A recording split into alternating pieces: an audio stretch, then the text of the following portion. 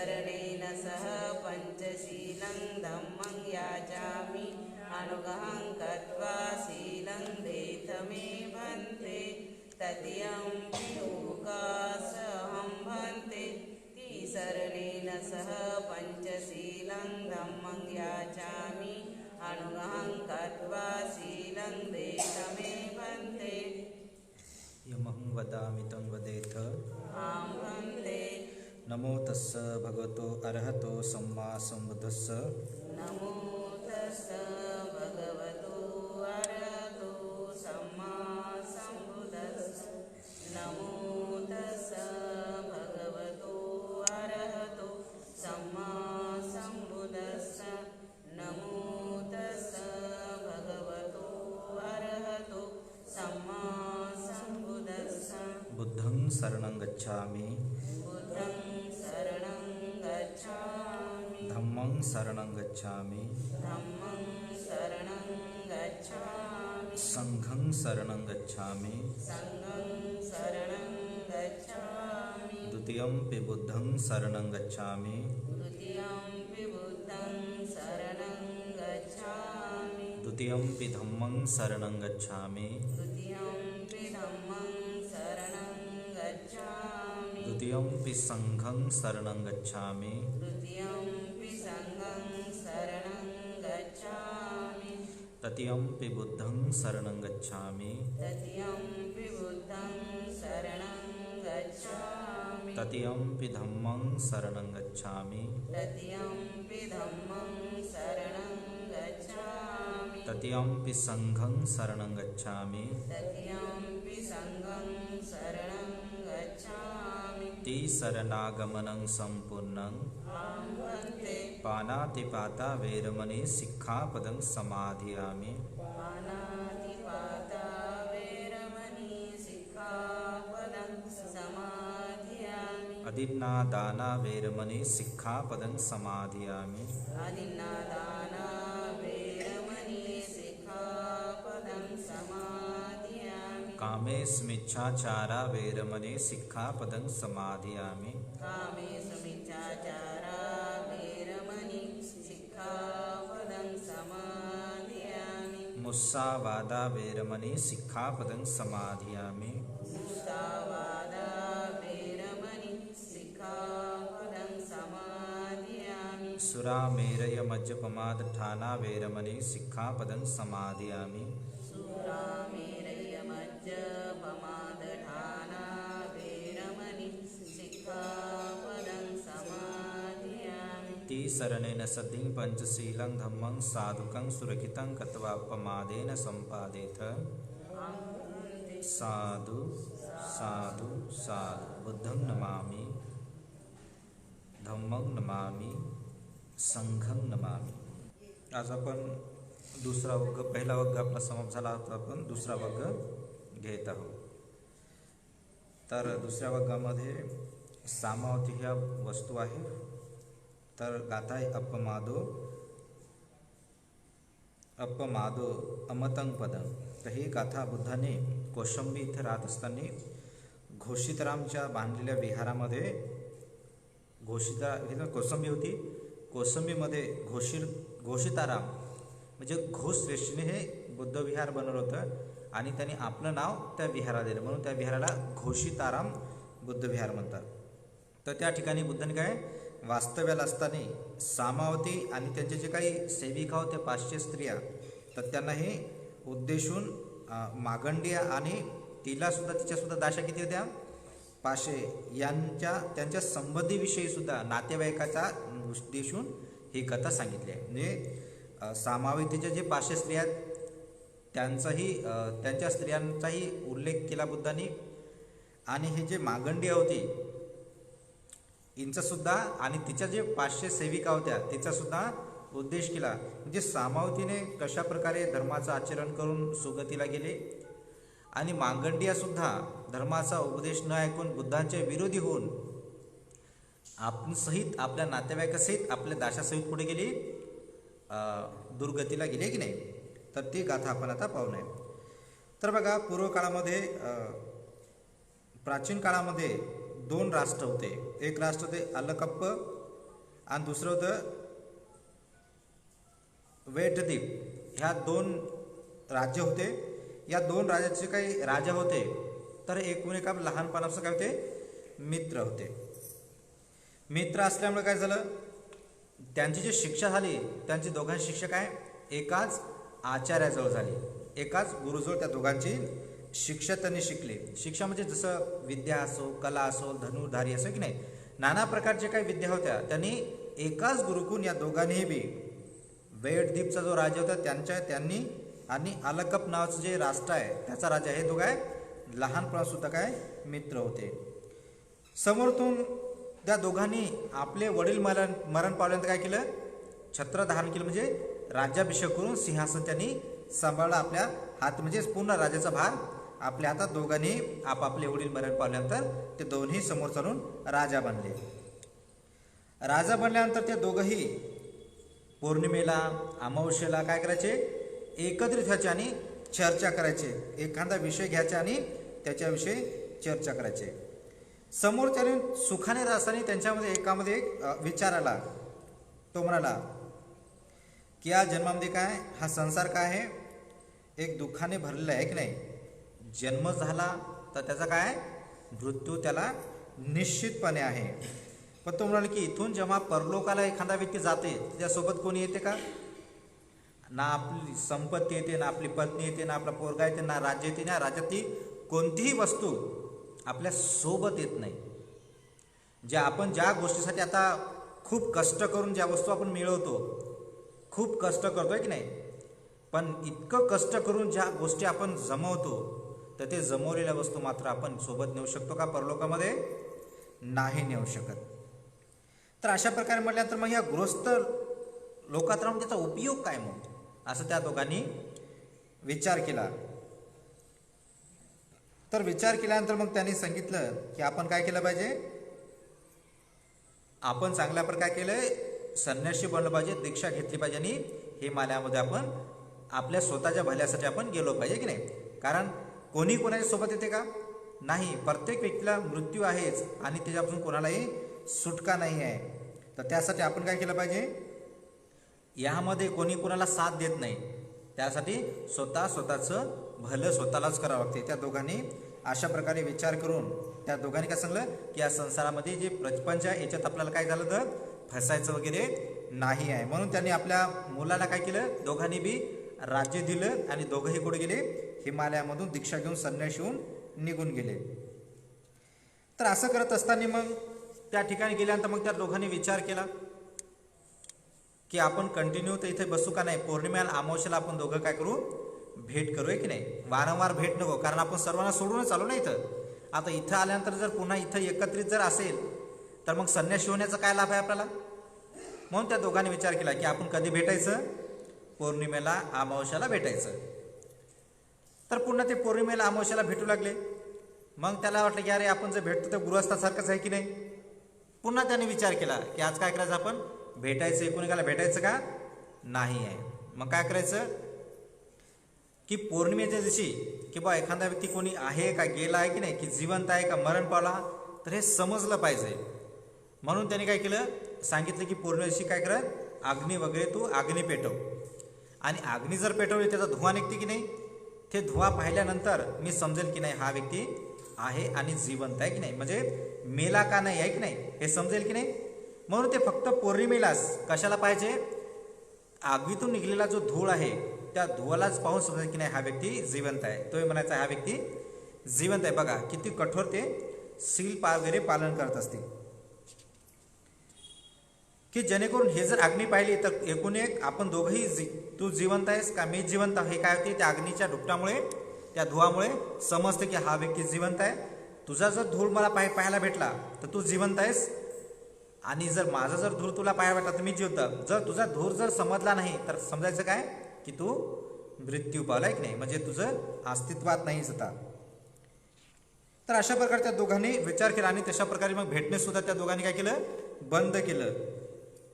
तर अशा प्रकारे केल्यानंतर काय झालं, तो तपस्वी, एक तपस्वी काय मरण पावला. मरण पावल्यानंतर त्यांनी जे काही अभ्यास केला तर ते मरण पावल्यानंतर काय, चांगलं कर्म केल्यानंतर देवताराजा शक्र बनला की नाही, देवराज बनला तो व्यक्ती. आणि असं केल्यानंतर त्याने विचार केला की आता आपण तर आपलं तर कर्म संपलं की नाही, आता आपण तर देवलोकात उत्पन्न आहोत, तर आपल्या मित्राला आपल्याला भेटायला गेलं पाहिजे की नाही. पण या मित्राने वाटलं की अरे आज पौर्णिमा आहे की नाही, आज तर धूळ दिसत नाही. तर असं वाटते की माझा मित्र मरण पावलाय की नाही. तर असं त्यांनी विचार केला. ते वेददीपचा जो तपस्वी होता तो मरण पावला. त्याला असं वाटलं की मला मित्राला भेटायला पाहिजे. मग काय केलं, तो देव एका साधारण व्यक्तीचं काय केलं, त्यांनी रूप धारण केलं. जसं इकडे आपण म्हणतो की नाही की इकडेच फिरणारा व्यक्ती की नाही, तर ते एकदम साधारण व्यक्ती त्यांनी रूप धारण केलं आणि त्यांच्या त्या ठिकाण जिथं ते राहत होता तिथे गेला. आणि गेल्यानंतर तो म्हणाला की बा तुम्ही इथे एकटेच राहता का, असं त्या व्यक्तीने विचारलं. ते म्हणजे नाही, आम्ही 2 जण राहतो. मग ते कुठं राहते, त्याने सांगलं की बा तो त्या ठिकाणी राहत होता. पण तो व्यक्ती काय झाला, आता असं वाटते की तो व्यक्ती मरण पावलाय की नाही. कारण आम्ही सांगतो की जिवंत होण्याचं एक आमच्याकडे काय होतं की एकोणिकाच जर आम्ही अग्नीची धूळ जर पाहिली तर तेव्हा समजायचं की हा व्यक्ती जिवंत आहे. पण तो म्हणतो की आता ते दिसत नाही, त्याचा धूर दिसत नाही, म्हणजे असं वाटते की तो व्यक्ती मरण पावला, आता मी एकटाच आहे असं सांगितले. पण आम्ही पहिले किती होतो, या ठिकाणी 2 जण होतो. तर असं म्हटल्यानंतर तो म्हणतो की ठीक आहे, ज्याविषयी तुम्ही म्हणता मरण पावलं ते व्यक्ती मीच आहे म्हणतो. तर अशा प्रकारे त्यांनी काय करते, त्यांना सांगते. मग त्यांनी आपलं वास्तविकचं जे शरीर आहे ते शरीर त्याला दाखवते. आणि दाखवल्यानंतर ते काय म्हणते की बा मी अशा प्रकारे काय केले, ध्यान वगैरे केलं होतं आणि त्याच्यापासून काय केलं मी अशा प्रकारे. मग त्यांनी काय केलं, त्यांना वंदन वगैरे केलं आणि सांगितलं की तुम्ही इथं राहताना तुम्हाला काही कोणाचा त्रास वगैरे होतो का. त्या शक्रांनी काय विचारलं आपल्या मित्रांना. आलकपचा जो काही ब्राह्मण होता, राजा होता, तर त्याला काय सांगितलं की बाबा तुम्ही इथं जे ध्यान साधना करता, अभ्यास करता, इथे तुम्हाला काही तकलीफ वगैरे होते का. त्याने सांगलं बाकी तकलीफ नाही, पण इथं काय हत्तीमुळे मला काय होते, फार त्रास होते. मग असं म्हणलं त्यांनी काय केलं, त्याला हस्ती मंत्र त्याला दिला. हस्ती विना आणि हस्ती मंत्र ह्या 2 गोष्टी त्याच्याकडे दिल्या. त्यांना शिकवलं. त्यांना सांगितलं की हे मंत्र म्हणायचे आणि मंत्र म्हटल्यानंतर पहिला तार आहे ना ते तार वाजवायचा. विण असते की नाही, पहिला तार वाजवला, जे हत्ती आले ना ते हत्ती थांबणार नाहीत, लगेच निघून जातील, 1 सेकंदही थांबणार नाही. नंतर पुन्हा मंत्र म्हणायचा, दुसरी विणा दाखवायची. दाखवल्यानंतर ते हत्ती काय समोर जातील आणि मागं फिरून बघतील. नंतर जायला पुन्हा मंत्र म्हणायचा आणि पुन्हा 3रा तार वाजवायचा. तर ते हातीचा जो काही मेन सरदार असतं की नाही, तर तो येईल, खाली वाकेल आणि सांगेल की बा काय आज्ञा आहे की नाही, तुमची आज्ञा मला सांगा. म्हणजे तुझं काम करण्यासाठी त्या हत्ती, तुझं आज्ञा पाळवण्यासाठी तुझ्या जे इच्छा असते ते पूर्ण करण्यास तो हत्ती येईल. अशा प्रकारे त्यांनी काय केलं, त्यांनी हस्तीविना आणि हस्ती मंत्र त्याला दिला. आणि दिल्यानंतर काय केलं, ठीक आहे म्हणा, मग भेट घेतली आणि तो निघून गेला. तर तशा प्रकारे करत असताना तो हत्ती जर आले तर काय करायचा, तो मंत्र म्हणायचा आणि ती विणा वगैरे वाजवायचा, तर हत्ती पळून जायचे. तर अशा प्रकारे असताना त्याने काय केलं, तशा प्रकारे खूप दिवस हे गाठले. आणि त्याच्यामुळे काय झालं, त्या मंत्रामुळे हाती काय न आल्यामुळे तो तपस्वी काय करायचा, सुखाने वगैरे राहायचा. तर असं असल्यामुळे त्या कोसंबीमध्ये जो आहे परतप नावाचा राजा राज्य करत होता कोसंबीमध्ये. तर काय होतं, एक दिवस काय झालं, तर त्यांनी एका आपल्या राणीला एक भेट केली, करोडोचं एक कंबल दिलं, चादर दिली, एक नाही सुंदर अशी लाल कंबल. आणि तिने एक आपल्या म्हणजे राणीला ती त्यांनी भेट दिली. आता भेट दिल्यानंतर हिवाळ्याचे दिवस होते, सूर्याचं ऊन खाण्यासाठी कुठे गेली, आपल्या महालाच्या छतावर 2 जण गप्पा गोष्टी करण्यासाठी गेले.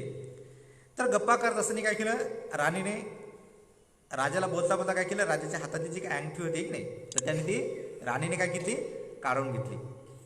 बोलता की नाही, दोघं बातचीत करत होते. आणि बातचीत करत असताना तिने काय केलं, त्या राजाच्या बोटातली अंगठी काढून घेतली. तर बऱ्याच वेळेस चर्चा झाल्यानंतर काय होतं, हस्तिलिंग नावाचा एक पक्षी असतो. त्या पक्षामध्ये 5 हत्तीचं बळ असते. किती म्हणजे 5 हत्तीची ताकद असते की नाही. त्या हस्तिलिंग नावाचा एक पक्षी असते. तर त्या पक्षामध्ये 5 हत्तीचं बल असते. तर तो पक्षी आकाश मार्गाने जेव्हा जात होता तेव्हा त्यांनी पाहिलं. कोणाला पाहिलं? त्या राणीला पाहिलं. त्या राणीला पाहूनच त्याला वाटलं की अरे हा काय मासाचा गोळा वगैरे वाटते नाही, लाल दिसत होता ना ते कंबल वरून पाहिलं.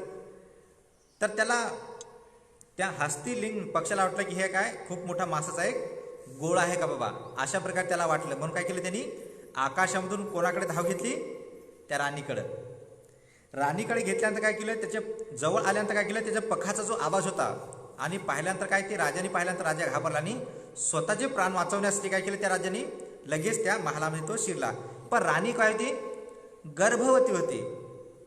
त्याच्यामुळे राणीला तेवढी धावपळ फास्ट जाऊ शकत होती का राणी? ती नाही, ती कशी तरी जात होती. पण त्या पक्षाने काय केलं, त्या राणीला पकडलं आणि त्या कंबल सहित, अशी अंगावर कंबल होती ना, त्या कंबल सहित त्या पक्षाने काय केलं, आपल्या पंजामध्ये तारेला घेतला आणि निघून गेली. राणी खूप भिजली, खूप घाबरली. पण तिच्यामध्ये जाता जाता एक विचार आला.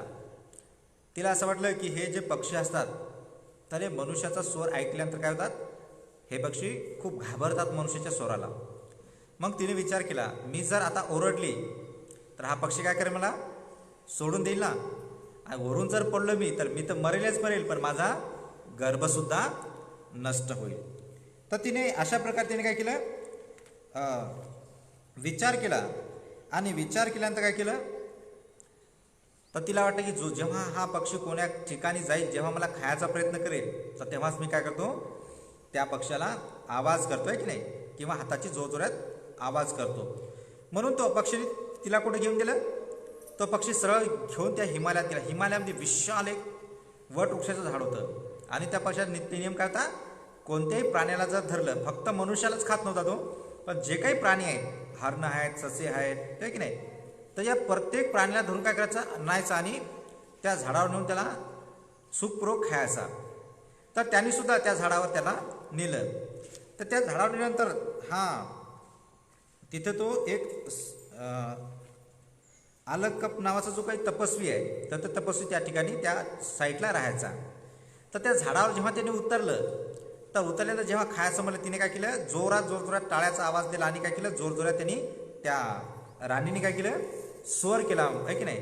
तर हे पाहिल्यानंतर त्या पक्षाने काय केलं, हस्तिलिंग पक्षाला खूप घाबरा वाटला आणि तो काय केलं, तिला सोडला आणि तो आकाशामध्ये निघून गेला. आता निघून गेल्यानंतर काय झालं, रात्र झाली. तर रात्रीमध्ये काय झालं, तिला प्रसव वेदना चालू झाल्या. आता बघा, तिथं त्याला तिची रक्षा करण्यासाठी कोणी आहे का, नाही. म्हणून तिने रात्रभर ते दुःख काय केलं, त्या दुःखाला अनुभव केलं. तिने खूप दुःख, खूप महावेदना अनुभव केला. सांगायला कोणीच नाही. जमिनीवर तरी आहे का, झाडावर आहे. विशाल वटवृक्ष होता, त्याच्या फांद्या फार मोठ्या मोठ्या होत्या. जसं एखाद्या पलंग आपण टाकतो की नाही, पलंगा याच्यापेक्षाही मोठ्या मोठ्या त्याच्या फांद्याच्या चापड होत्या, त्याच्यावरती होती. तर तिने ती रात्रभर काढली. आणि सकाळ असल्यानंतर काय केलं, सकाळी स्वच्छ सूर्य निघाला, ढग चांगले स्वच्छ केलं की नाही, म्हणजे असं. तर तेव्हाच तिने सकाळ असतानाच तिने काय केलं, त्या बाळाला जन्म दिला. बाळाला जन्म दिल्यानंतर मग त्या बाळाचं नाव तिने काय ठेवलं, उदय, आहे की नाही. सर्वच उदय झाला होता ना त्याचा, आहे की नाही. ढगही साईडला गेले, सकाळही झाली की नाही, स्वच्छ वातावरण झालं. म्हणून त्या बाळाचं नाव तिने उदय कुमार ठेवलं. तर अशा प्रकारे असल्यानंतर तिथे राहत असताना काय केलं, तो जो साधू होता, आहे की नाही, तो तपस्वी होता, कोण आहे, अलकप, आहे की नाही. तो साधू होता, त्याचं नित्य काय होतं, तो आल्यानंतर तो काय करायचा, तिथे जे त्या पक्षाने जे काही हरणाच्या याचे त्याचे खाल्ल्यानंतर ते काही उरलेल्या हड्ड्यात फेकतात की नाही, तर ते झाडावरून खाली पकायचे ना. तर तो ब्राह्मण काय, तो तपस्वी काय करायचा, तो याचा तो हड्ड्या वेचायचा. वेचल्यानंतर काय करायचा, गरम पाण्याने त्या हड्ड्याला धुयाचा, पुन्हा त्याला वाळू घालायचा, त्याला चांगलं कुटायचा आणि कुटल्यानंतर गरम पाण्याने काय करायचा, तो गाळायचा. आणि गाळायचा त्या चटणी मीठ वगैरे टाकून तो त्याचा ते गाढा रस असते की नाही, तो नित्य नियमाने तो पियाचा. त्याच्यामुळे कसं, त्याला त्या हड्ड्याचा रस पिल्यानंतर त्याला भूक लागायची नाही. म्हणून हे त्याचा काय होता, जर फळं खायचा जर आळस आला, की बा इकडं जा, फळं शोधा, हे जा, याविषयी जर त्यांना आळस जर आला, तर काय करायचं, तो नित्य होतं की त्याला माहिती आहे की इथं हा हस्ती पक्षी येतो, खातो आणि उरलेला काय करतो, फेकून देतो की नाही. मग जे काही वाळलेल्या हड्ड्या असतात तर त्या हड्ड्या करायचा, याचा कुटायचा, त्याचा ज्यूस बनवून ते पियाचा. तर त्यावेळेस सुद्धा तो तिथे त्या झाडाखाली आल्यानंतर काय करा, ते हड्ड्या जेव्हा वेचवता तर त्याला काय केला, त्यांना एका लहान्या बाळाचा आवाज आला. आवाज आल्यानंतर त्यांनी विचार केला बा कोण आहे इथं. तर त्यांनी सांगलं की बा मी आहो. तर सांगलं कोण आहेस, तर ते म्हणते मी काय यक्षिणी वगैरे आहो का, नाही आहे, मी मानव स्त्री आहे. मग असं म्हटल्यानंतर सांगलं बरं तू कोण आहेस. मग त्याने सांगलं मी क्षत्रियानी आहो. मग त्याने सांगलं तुम्ही कोण आहात, त्या साधूला विचारलं ना तिने. मग तिने सांगलं तुम्ही कोण आहात, तर ते म्हणे मी सुद्धा क्षत्रियच आहो म्हणे, मी काय दुसरं असं का. तिला भरोसा पटला नाही तिला. तिने सांगलं बा क्षत्रिय आहेस ना, मग क्षत्रियाचं काहीतरी सांग, क्षत्रियाविषयी काहीतरी सांग की नाही, की जेणेकरून मला पटकन लक्षात येईल, मला संशय येणार का तुझ्याविषयी. तर क्षत्रियाच्या जे काही गोष्टी असतात सिद्ध करून दाखव असं म्हणाल. तर मग त्याने काय सांगितलं, सिद्ध करून दाखवल्यानंतर ते म्हणते की ठीक आहे ये आणि हे माझ्या बाळाला घे. तर वर जाते व्यवस्थित आणि तिचा बाळ घेते आणि असा विचार दाखवते की बा तुम्हाला स्पर्श वगैरे करू नको, माझ्या तू 2 हात दूरच राहील, माझं सील वगैरे तू भंग करू नको. मग तो तपसुद्धा तिला न स्पर्श करता सुद्धा काय घेते आणि आपल्या कुटीवर वगैरे आणते आणि मग त्या दोघांचे काय करते, बाळाचं आणि त्या मातेचं पालन पोषण करते. पालन पोषण केलं तर ते दोघंही लहानाचे मोठे होतात ना. तर मोठे झाल्यानंतर काय करते, तर तिच्यामध्ये एक डाऊट येते. कोणामध्ये, त्या राणीमध्ये. तिला असं वाटते की बघ ना मला याचा मार्ग माहीत आहे ना मला जायचा मार्ग माहीत आहे, मी आलो कशाने आलो, मला तो पेक्षा आकाशाने घेऊन गेला की नाही. मग तिला वाटलं की या तपस्वी लोकांचा काय भरोसा आहे का, कधी सोडून जातील, आहे की नाही. या तपस्याचा काही भरोसा नसतील, कधी सोडून जातील. म्हणून तिला असं वाटलं की काय केलं पाहिजे याला, की कंटिन्यू आमच्यासोबत राहायला पाहिजे. त्यासाठी काय केलं पाहिजे, याचा तपस्वीपणा भ्रष्ट केला पाहिजे. बघा चिंता काय वाटली, जर सोडून गेला, एक तर मला जायचा मार्ग माहीत नाही, याचाही मार्ग माहीत नाही, मी तर मरेल, पण माझा हा मुलगा सुद्धा मरेल, पण मलाही वाचायचं आहे आणि या बाळालाही वाचायचं आहे. त्यासाठी काय करावं लागेल मला, हा तपस्वी माहीत आहे कधी सोडून जाईल, ते याच्या मनात आलं तर कधी सोडून जाऊ शकते. म्हणून यासाठी काय करायला पाहिजे याला, की हा व्यक्ती आमच्यासोबत राहायला पाहिजे. त्यासाठी काय करावं लागेल, याचा तपस्वीपणा भ्रष्ट करावा लागेल. असं तिने विचार केला आणि विचार केल्यानंतर काय केलं, मग त्या राणीने त्या तपस्या काय केलं, सील भ्रष्ट केलं, तपस्वीनं आपण च्यूत केलं, म्हणजे ब्रह्मचर्याचं तोडून टाकलं. आणि तोडून टाकल्यानंतर काय केलं, मग त्यासोबत ते कंटिन्यू आपल्या पती पत्नीसारखे तो दोघंही राहू लागले. तर राहिल्यानंतर काय झालं, तो सर्व आपल्या पत्नीसारखी ती काय करू लागला, तो तपस्वी तिची सेवा वगैरे करू लागला. तर एक दिवस काय झालं, त्याने सूर्याकडे पाहिलं, चंद्राकडे पाहिलं आणि ज्याला आपण म्हणतो की नाही काहीतरी निमित्त बघत आहेत काय की नाही. तर त्यांनी पाहिल्यानंतर त्याला असं वाटलं की अरे हा जो कोसंबीचा जो राजा होता काय परतप, हा वाटते 100% मरण पावला. त्याच्यामुळे अशा प्रकारे चंद्राग्नी सूर्यामध्ये काही निमित्त दिसत आहे. ते म्हणते तपस्वी काय बघत आहात, ते म्हणते भद्रे असं वाटते, म्हणते की हा जो कोसंबीचा जो राजा आहे परतप, हा राजा मरण पावला असं मला वाटते. असं म्हणल्यानंतर काय करते ती राणी, जोरजोरात रडू लागते. तपस म्हणते की भद्रे काय झालं, का रडत आहेस तू. ते म्हणते तपस्वी मी यासाठी रडत आहे, म्हणते का रडत आहे, कारण तो राजा जो होता ना, तो कोण होता, माझा पती होता, मी त्याची पत्नी होतो, मी त्याची राणी होतो.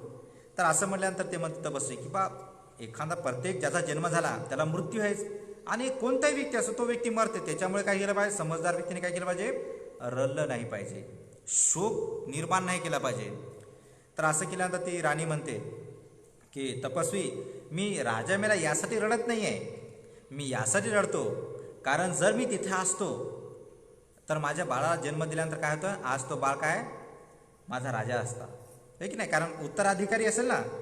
त्याच्यामुळे आता त्या उत्तराधिकाऱ्याचे कितीतरी लोक उभे राहिले असतील की बा मी राजाचं हे लागतो आणि मला राज्यपद आहे की नाही. म्हणून ते म्हणते की मी जर तिथं असतो तर काय आज माझा पोरगा काय असता, राजा असता की नाही. म्हणून हेच दुःख मला आहे, म्हणून मी रडत आहो. असं म्हणल्यानंतर तपस म्हणतो की भद्रे तू काय रडू नको, मी बघतोय की नाही त्याची व्यवस्था, तुझ्या पुत्राला राजा बनवतो, तू काही घाबरू नको, रडू नको, तू कोणतंही काही कार्य करू नको, मी तुझ्या मुलाला माझ्याकडून जमलं तसं मी तुम्हाला राजा बनण्याचा प्रयत्न करतो. तर असं केल्यानंतर तो जो बाळ आहे कोण आहे, कोणता, उदयकुमार. उदयकुमार आहे की नाही, तर त्याला की नाही मग तो मंत्र शिकवते. कोणता मंत्र, हस्तिकांत मंत्र आणि हस्तिकांत मंत्र शिकते आणि विना मंत्र शिकवते. मग त्याला सांगते की बाबा हे पहिली म्हणजे शिकव त्याला, ही पहिली काळी हे मंत्र म्हणायचं आणि हे पहिला तार वाजवायचा, तर हाती काय पळून जाते. दुसरे शिकवलं की हा असा मंत्र म्हणायचा, दुसरा हे करायचं, ते हाती काय जाताना मागं फिरून पाहतील, आणि तिसऱ्या वेळेस हे काय केलं तर काय होईल, सर्व हाती येतील, सांगतील की बा काय आदेश आहे तुमचा. तर अशा प्रकारे त्याला सांगते, आणि सांगल्यानंतर त्याची आई म्हणते मी जर गेलो तर ओळखू कसं, म्हणते सांगू कसं. ते म्हणते बघ तू गेल्यानंतर काय कर, ही जी शाल आहे म्हणते राजाने दिलेली लाल आहे की नाही, तर हे दाखव की बाबा हे मी त्या राजाचा परतपचा पुत्र आहो, आणि तर जर म्हटलं काही दाखव बाबा राजाचं भेट आहे की नाही, तर हे कंबल दाखव. याच्यावर जरी विश्वास नाही पडला तर काय कर तू, राजाने दिलेली जी अंगठी आहे, राजाची जी अंगठी आहे ना ते माझ्याकडे आहे ना, तर ते ओळख. आणि जर सांगलं बा हा सेनापती आहे, हा जेवढे जे लोक आहेत राजाच्या जवळपासचे विश्वासू, त्या सर्वांचं काय केलं तिने, आपल्या पुत्राला नाव सांगितलं आणि अंगठी दिली आणि सांगितलं की आता तू जा आणि राज्य धारण कर. हा त्यांनी तिसरा विणा वाजवली. हातीचा जो काही मेन सरदार आहे तो आल्यानंतर त्याला म्हणाला की काय आदेश आहे. तो बसला, त्याच्या कानामध्ये सांगितलं की मी कोणाचा पुत्र आहो, मी परतप राजा कोसंबीचा जो राजा परतप आहे त्याचा पुत्र आहो. माझा पती म्हणजे पिताजी माझे मरण पावले, तर माझी इच्छा काय की मी ते राज्य धारण करेन, म्हणजे मला राज्य व्हायचं आहे, त्यासाठी तुम्ही काय करा, मला मदत करा, मला राजा होण्यासाठी तुम्ही मला मदत करा. अशा प्रकारे तो म्हणतो. तर असं केल्यानंतर मग तो जो हत्ती असते, तर आपले जितके हत्ती असतात ना त्या सर्व हत्तीला संदेश पाठवते. सर्व हत्ती जमा होतात, आणि जमा झाल्यानंतर काय करतात, जे म्हातारे हत्ती असतात काय करतात, त्यांना सांगत वापस जा तुम्ही. त्याच्यानंतर जे तरुण हत्ती असतात, जे लहान हत्ती असतात ना, हत्तीचे मुलं, त्यांना सांगलं तुम्ही सुद्धा जा. आणि ते सर्व विशाल हत्ती घेऊन काय करतो, कोसंबीकडे तो प्रयाण करतो हत्तीवर बसून. जसे खेडेगाव लागतात त्या सर्व खेडेगावाच्या लोकांना काय करतो, तो येतो आणि सांगतो की बाबा मला मी त्या राजाचा मुलगा आहो, मला राजा बनायचं, जर तुम्ही मला मदत जर केली तर मात्र मी तुमचा काय करतो, तुम्हाला मी चांगल्या प्रकारे काय करतो, धन वगैरे देतोय की नाही, म्हणजे तुमची फार मदत, मी जर राजा झालो तर तुमच्या मनोकामना मी पूर्ण करेल. तर त्यासाठी काय तुम्ही मला सपोर्ट करा की नाही, तुम्ही मला समर्थन द्या, तुम्ही माझ्यासोबत चला. अशा वेळी प्रत्येक खेड्यातले काय करतात, तरुण मुलं लोकांना घेऊन आपल्यासोबत घेऊन जाईल. असं केल्यानं काय करते, ते पूर्ण कोसंबीला काय करते, येडा घालते, आणि त्या सर्व लोकांना सांगते एक तर मला राज्य द्या, नाहीतर काय करा, माझ्यासोबत तुम्ही युद्ध करा. तर त्याचे ते लोक सांगतात मंडळामध्ये की नाही, ते म्हणते बघा आमची राणी जेव्हा गर्भवती होती, आमचा राजा तर मेला, पण जेव्हा आमची राणी गर्भवती होती तेव्हा तो हस्तलिंग पक्षी तिला घेऊन गेला.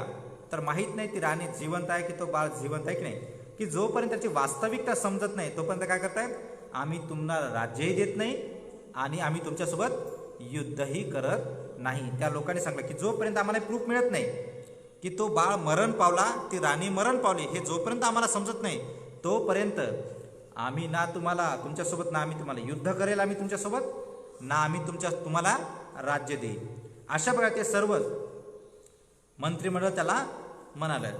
असं म्हणायला सांगलं की मी काय आहे, त्या राजाचा पुत्र आहो. मग त्यांनी काय केलं, जे काही सेनापती आहे, उपसेनापती आहे की नाही, जेवढे जे लोक होते मंत्रिमंडळातले, तर ते सर्वांना काय केलं, त्याचे नावं सांगितले.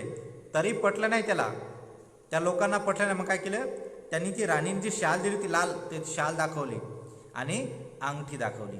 तर अंगठी दाखवल्यानंतर समजलं की नाही हाच काय आहे, परतपचा मुलगा आहे. मग सांगलं आई कुठं आहे, त्यांनी सांगलं बा आई हिमालयामध्ये आहे आणि तिनेच मला पाठवलेलं आहे. म्हणून काय केलं, त्यांनी त्यांचा राज्याभिषेक केला, त्याचा राज्याभिषेक वगैरे केला आणि करून काय केलं त्यांनी, मग त्याला राजा बनवलं. आणि अशा प्रकारे त्यांनी चांगल्या प्रकारे काय केलं, मग ते राजा बनला आणि राजा बनल्यानंतर चांगल्या प्रकारे ते राज्य वगैरे चालू लागला. तर यानंतरचा जो भाग आहे तर आपण ते उद्याला पाहूया. म्हणा साधू साधू साधू.